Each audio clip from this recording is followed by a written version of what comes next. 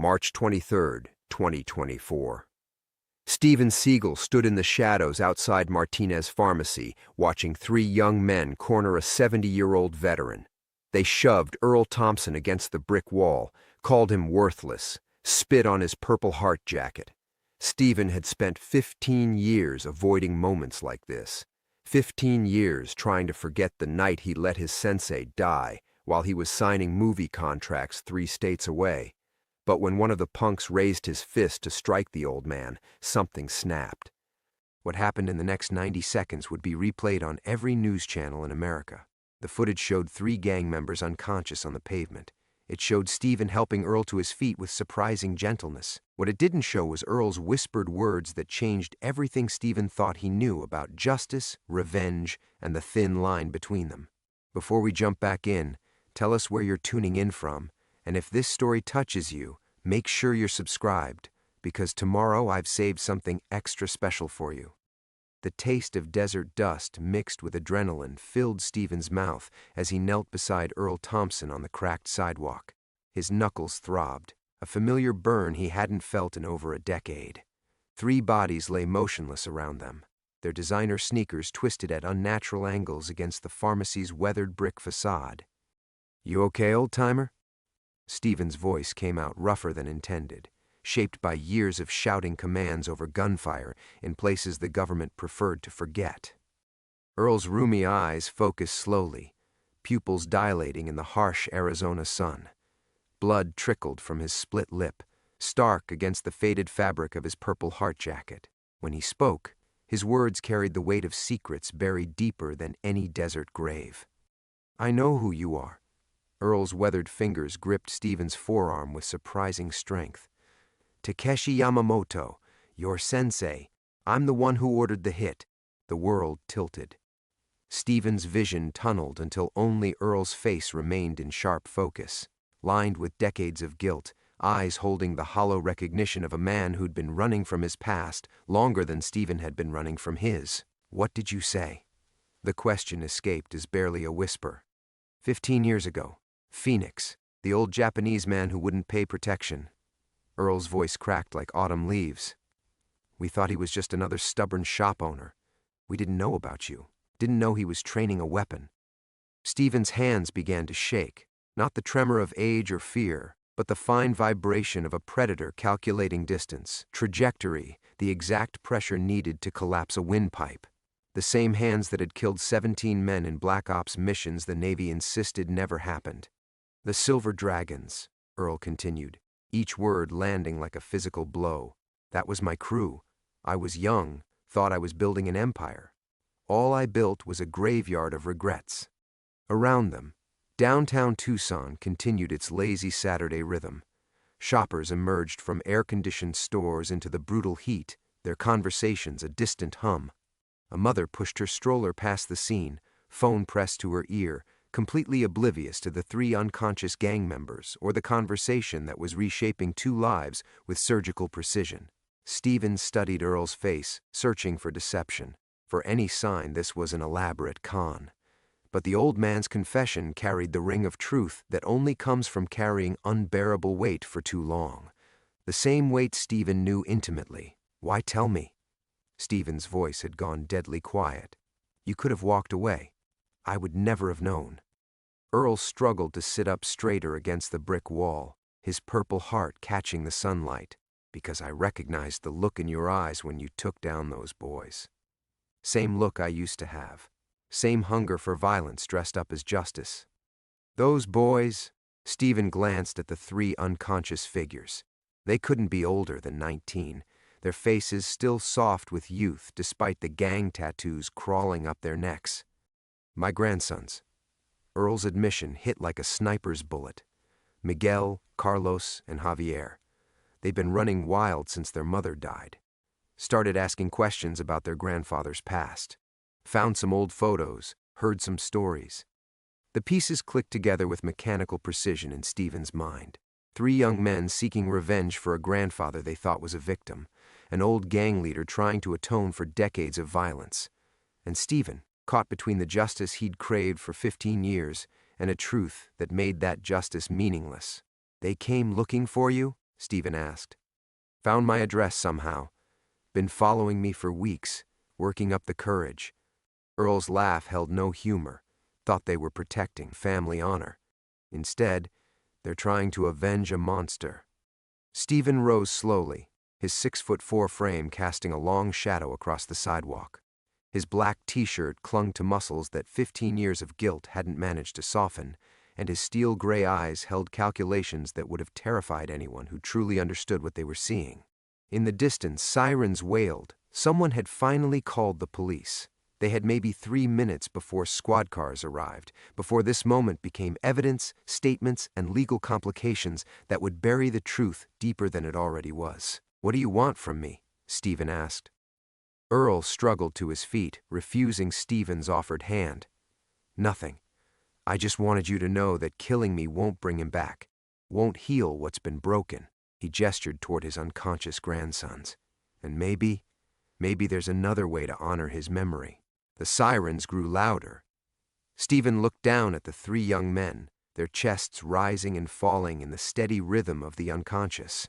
In sleep, they looked like children playing dress-up in their gang colors and crude tattoos. Tomorrow, when they woke up in hospital beds with concussions and shattered pride, what would Stephen tell them about justice, about family, about the grandfather they thought they were avenging?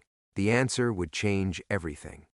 The sirens cut through the desert air like blades, each wail pulling Stephen further from the moment that had just redefined 15 years of his life. He stood frozen on the cracked sidewalk, watching Earl Thompson limp away into the crowd of curious onlookers, disappearing like smoke into the Tucson heat. The old man's confession echoed in Stephen's skull. I'm the one who ordered the hit. 3 minutes. Maybe less before the squad cars arrived and turned this into paperwork, witness statements, and questions Stephen couldn't answer without unraveling secrets that ran bone deep. He knelt beside the unconscious gang members, Earl's grandsons, and felt for pulses with practiced efficiency. Strong and steady, all 3. They'd wake up with headaches and wounded pride, nothing more. The taste of copper and regret filled his mouth as Stephen melted into the dispersing crowd, his movements automatic, honed by years of tactical retreats in places where hesitation meant death. Within 30 seconds, he'd crossed the street and ducked into an alley that would take him back to his truck through a maze of dumpsters and fire escapes. His hands didn't start shaking until he was behind the wheel.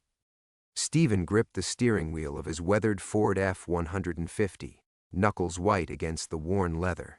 The truck had been Sensei Yamamoto's, one of the few possessions he'd inherited after the old man died in that sterile hospital room. Paralyzed from the neck down, eyes holding forgiveness, Stephen had never learned to accept. 15 years. 15 years of carrying that weight, of building a life around a wound that refused to heal. The dojo, the quiet routine, the careful distance he maintained from anything that mattered too much, all of it constructed on the foundation of a single night when he'd chosen his Navy career over his mentor's safety. The drive back to his dojo took 23 minutes through afternoon traffic thick as molasses. Stephen counted each red light, each pedestrian crossing, each mundane detail that proved the world hadn't actually shifted on its axis despite feeling like it had.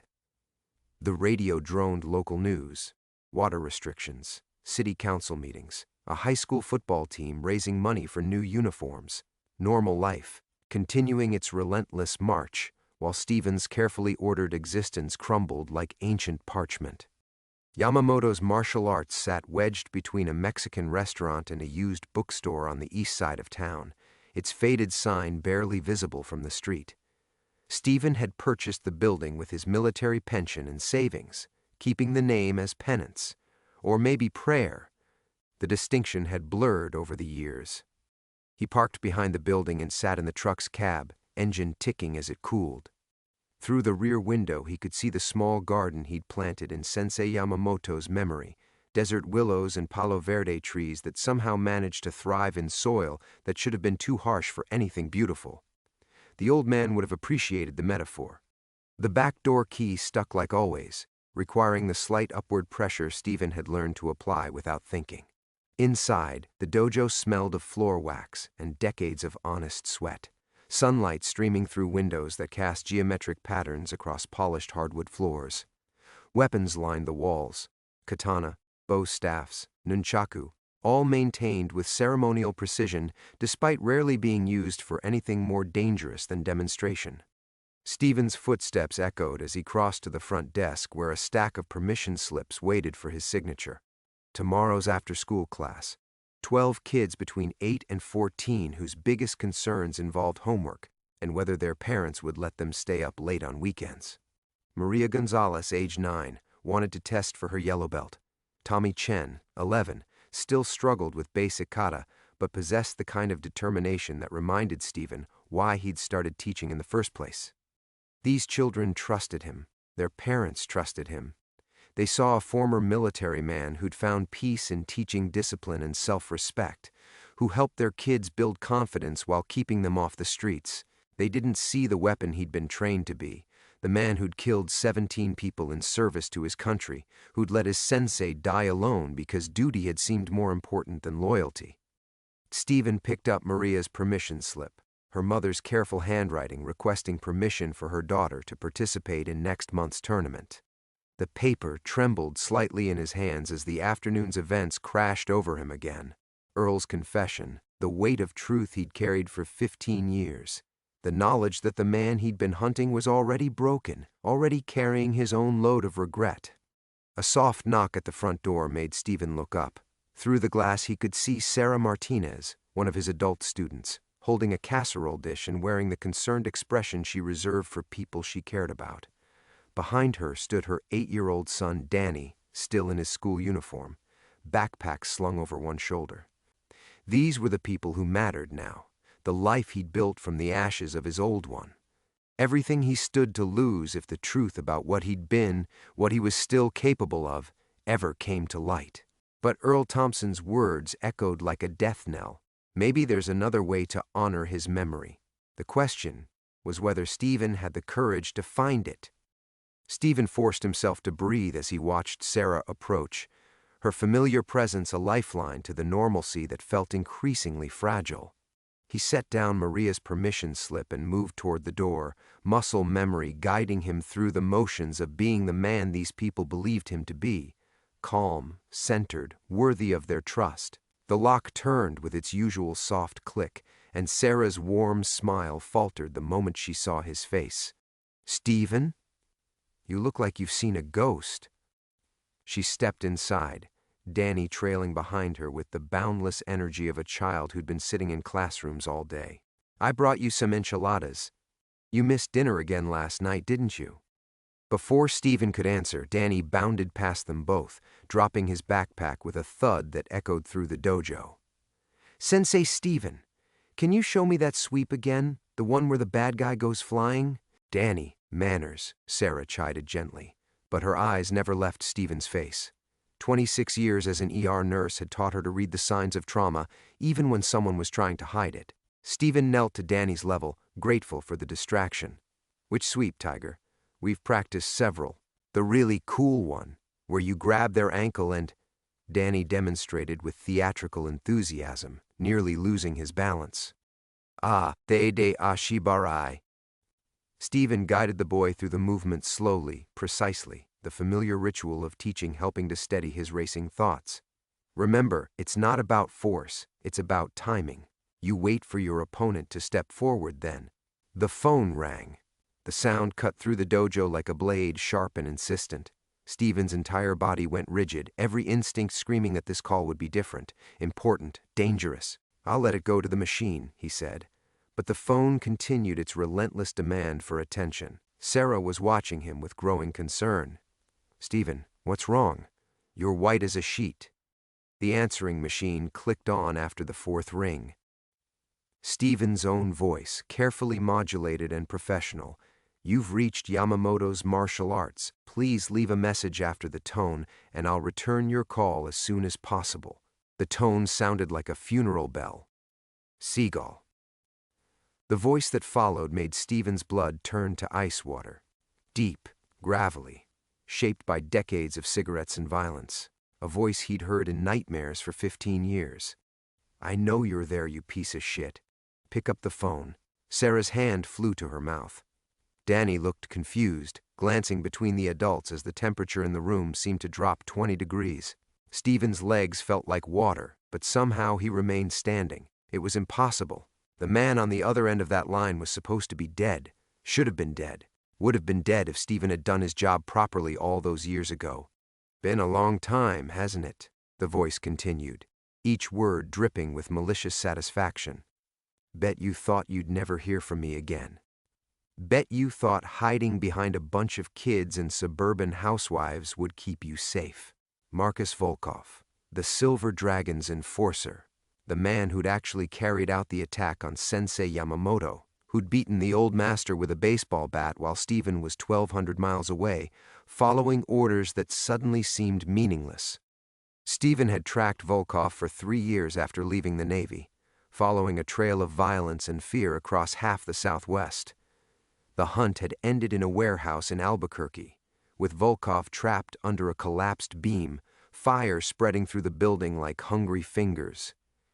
Stephen had stood there for 30 seconds, long enough to watch the flames reach the spilled gasoline, long enough to know that no one could survive what was coming. But somehow, impossibly, Marcus Volkov was alive. "See, I've been keeping tabs on you, Stephen, following your little redemption arc, watching you play sensei to all those sweet, innocent children." Volkov's laugh was like grinding glass. "Earl Thompson told me some interesting things before he died this afternoon, about your conversation, about those 3 boys you put in the hospital." Stephen's vision grayed at the edges. Earl was dead. The old man's attempt at redemption, his grandson's misguided quest for justice, all of it meaningless now. "Here's what's going to happen," Volkov continued. "You're going to meet me tonight, midnight, the old copper mine off Highway 77 where we had our little chat 15 years ago. And you're going to finish what you started back then." Sarah was pulling Danny toward the door, her maternal instincts overriding confusion. She could sense the danger radiating from the phone like heat from a furnace, even if she didn't understand its source. "If you don't show," Volkov's voice dropped to a whisper that somehow carried more menace than any shout, "I start visiting your students, starting with little Maria Gonzalez, 9 years old, lives on Cactus Avenue with her grandmother. Sweet kid. Be a shame if something happened to her." The line went dead. Stephen stood frozen in the sudden silence, watching Sarah shepherd Danny out the door with hurried excuses about homework and dinner. The casserole dish sat forgotten on his desk, still warm, still carrying the scent of normalcy that felt as distant as another lifetime. Everything had changed. The careful balance he'd maintained, the peace he'd built from ashes, all of it was gone, blown away like dust in the desert wind. The warrior he'd tried so hard to bury was clawing its way to the surface, and this time there would be no walking away from what he was.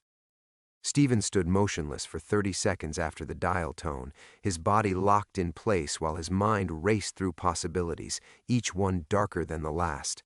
The dojo felt different now, contaminated. What had been sanctuary was now a trap.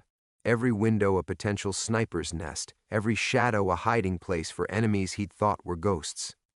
His first instinct was to run. Pack nothing, take the emergency cash hidden behind the loose floorboard in his office, and disappear into the vastness of the American Southwest. He'd done it before, could do it again. New identity, new city, new life built on the ashes of the old one. The pattern was as familiar as breathing, but Volkov knew about Maria, about Sarah and Danny, about all of them. Stephen's hands began moving without conscious thought, muscle memory from a dozen similar situations when everything had gone sideways and extraction protocols kicked in. He pulled out his cell phone and scrolled to Detective Ray Kowalski's number, the one cop in Tucson PD who'd been decent to him during the background checks when he'd applied for his teaching permits.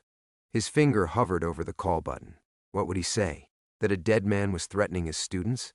That his peaceful existence as a martial arts instructor was built on a foundation of classified kills and buried identities? That the scared little girl who wanted to earn her yellow belt was now a target because Stephen had failed to properly finish a job 15 years ago? He set the phone down without calling. Through the front window, he watched Sarah's Honda Civic disappear around the corner. Danny's face pressed against the rear window, still confused by the adult's sudden urgency. Normal people heading home to normal lives. Homework and dinner and Saturday morning cartoons. The kind of life Stephen had convinced himself he could have if he just stayed quiet enough, invisible enough. The afternoon sun slanted through the windows at a different angle now, casting longer shadows across the polished floor. In 3 hours, parents would start arriving to pick up kids from evening classes. Teenagers would file in for advanced sparring sessions, trusting Stephen to teach them control while their parents waited in minivans, scrolling through phones and planning weekend activities. He couldn't cancel, couldn't send them away without explanations he couldn't give, but he also couldn't teach kata and breathing techniques while calculating sightlines and defensive positions, while listening for the whisper of approaching footsteps or the distinctive sound of weapons being drawn. Stephen walked to his office and opened the bottom desk drawer, pushing aside tax documents and insurance forms until his fingers found the object he'd hoped never to need again. The Sig Sauer P-226 fit his hand like it had been custom-made, which, in a sense, it had. 15 years hadn't dulled the familiarity of its weight, the precise balance that had saved his life in places the government claimed he'd never been. 2 magazines, 17 rounds each. Enough to handle most situations, but not enough for a war. And Volkov had always preferred wars. The back door opened with its familiar squeak, footsteps crossing the main floor with the confident stride of someone who belonged there. Stephen slipped the pistol into his waistband, letting his shirt fall over it as Miguel Santos appeared in the office doorway. Miguel taught the children's classes 3 afternoons a week. A former Marine whose gentle manner with kids masked the same kind of damage Stephen recognized in himself. They'd never discussed their respective pasts. Some conversations were too dangerous for people like them. "Hey, boss." Miguel's casual greeting died when he saw Stephen's expression. His entire demeanor shifted, shoulders squaring, eyes going flat and alert. "What's wrong?" "Nothing I can explain." Stephen stood slowly, making sure the gun's outline didn't show. "I need you to cancel tonight's classes." "All of them?" "All of them. Tell the parents. Tell them there's a gas leak. Building's not safe." Miguel studied Stephen's face with the intensity of someone who'd learned to read danger in the micro-expressions of his commanding officers. "This the kind of nothing that means I should make some calls? Reach out to certain people?" The offer hung in the air between them, loaded with implications. Miguel's certain people would be other veterans, men who'd learned the same skills in the same dark places, who understood that some problems couldn't be solved with police reports and legal proceedings. Stephen almost said yes. Almost let Miguel pull the thread that would unravel both their carefully constructed civilian lives. But involving anyone else meant more targets, more innocent people in Volkov's crosshairs. "No," Stephen said finally. "This is something I have to handle alone." Miguel nodded once, accepting the decision even as his expression made it clear he didn't like it. "You need anything.